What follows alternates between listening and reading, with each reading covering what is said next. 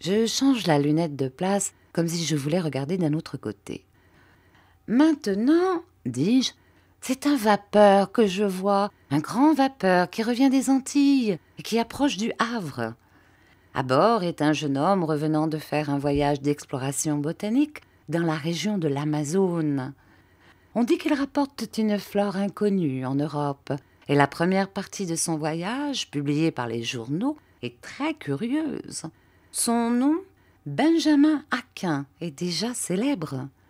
Il n'a qu'un souci, savoir s'il arrivera à temps au Havre pour prendre le bateau de Southampton et rejoindre sa famille à Milligan Park.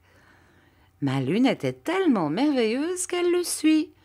Il a pris le bateau de Southampton et il va arriver. De nouveau, ma lunette est braquée dans une autre direction et je continue. Non seulement je vois, mais j'entends. 2 hommes sont en wagon, un vieux et un jeune. « Comme ce voyage va être intéressant pour nous, » dit le vieux. « Très intéressant, Magister. Non seulement, mon cher Alexis, tu vas embrasser ta famille, non seulement nous allons serrer la main de Rémi, qui ne nous oublie pas, mais encore nous allons descendre dans les mines du Pays de Galles.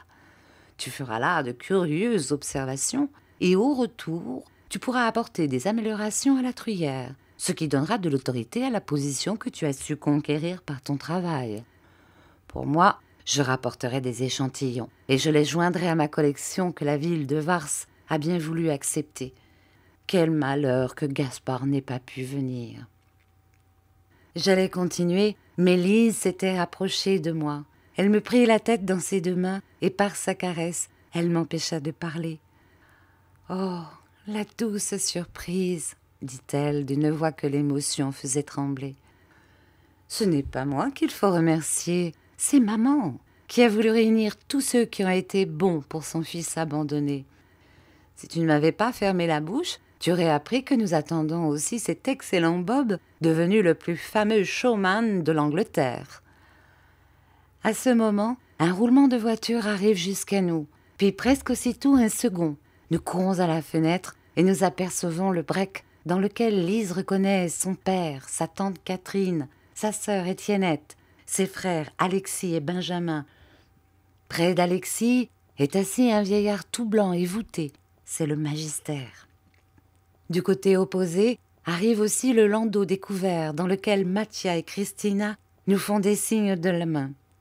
Puis derrière le landau vient un cabriolet conduit par Bob lui-même. Bob a toute la tournure d'un gentleman. Nous descendons vivement l'escalier pour recevoir nos hôtes au bas du perron. Le dîner nous réunit tous à la même table et naturellement parle du passé. « J'ai rencontré dernièrement à Bade, dit Mathia, dans les salles de jeu, un gentleman aux dents blanches et pointues, qui souriait toujours malgré sa mauvaise fortune. Il ne m'a pas reconnu, et il m'a fait l'honneur de me demander 1 florin pour le jouer sur une combinaison sûre. C'était une association. Elle n'a pas été heureuse.